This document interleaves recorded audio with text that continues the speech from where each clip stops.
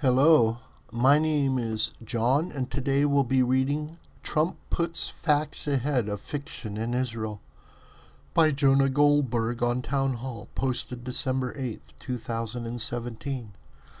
Jonah Goldberg is editor-at-large of National Review Online and the author of the book The Tyranny of Clichés.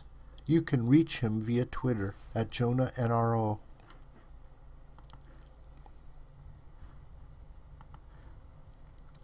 The most exhausting thing about the Middle East, except for the bloodshed, poverty, tyranny, etc., is that it refuses to conform to how it's described in the West. It's like journalists, diplomats, and politicians want to announce a football game, but the players keep insisting on playing rugby. The field looks similar. The scoring isn't all that different. It's just a different game. But don't tell the gang in the booth. They get furious when you point out that the facts don't line up with the commentary. Consider President Trump's momentous announcement that the United States will recognize Jerusalem as the capital of Israel. Before you can debate whether that was a good move, you must acknowledge one glaring fact that the chatterers want to ignore or downplay. It's true. Jerusalem is the capital of Israel. The Knesset, Israel's parliament, convenes there. Israelis call it their capital for the same reason they claim 2 plus 2 equals 4. It's just true. What makes the decision controversial is that everyone had agreed to pretend it wasn't the capital in order to protect the peace process. That's another term that doesn't quite correspond with reality. There is no peace process. Mahmoud Abbas, the Palestinian president finishing the 12th year of his 4-year term, has refused to meet with the Israelis to discuss anything since early in the Obama administration. Part of the blame for that, of course, belongs with Obama, who built an entire foreign policy around what he wanted to be true rather than what was actually going on. Obama sought to distance the U.S. from Israel on the assumption that Israel was the unreasonably stubborn party in the peace process.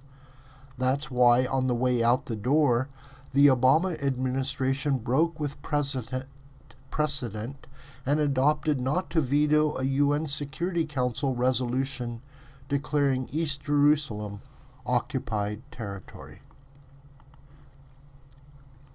This implied that, as a matter of international law, the Western Wall, the Jewish quarter of Jerusalem itself, really belongs to the Palestinians, which is an insane fantasy.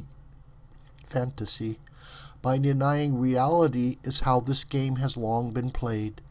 In his speech after Trump's announcement, Abbas talked at great length about Jerusalem's history as a Muslim and Christian city. He made no mention of the fact that it's also a famously Jewish city, having been established as the capital of ancient Israel 1,000 years before Jesus was born. Trump called his decision a recognition of reality. People invested in irreality insist the move will worsen the Middle East conflict. Here too we have mislabeling. Whole books are dedicated to the Middle East conflict, as if the Israel-Palestinian issue is the only conflict in the region. Tell that to the hundreds of thousands of dead Syrians, or the millions displaced by the civil war there. Tell it to those dying in Yemen, site of a proxy war between Iran and Saudi Arabia. It's been this way for decades. The Palestinians and their Arab patrons insisted to gullible Westerners that the Israel-Palestinian conflict was the source of all the region's problems. Was the Iran-Iraq war, which cost more than 1 million lives, a fight over Palestinian statehood? What about the Lebanese civil war, Turkey's campaign against the Kurds?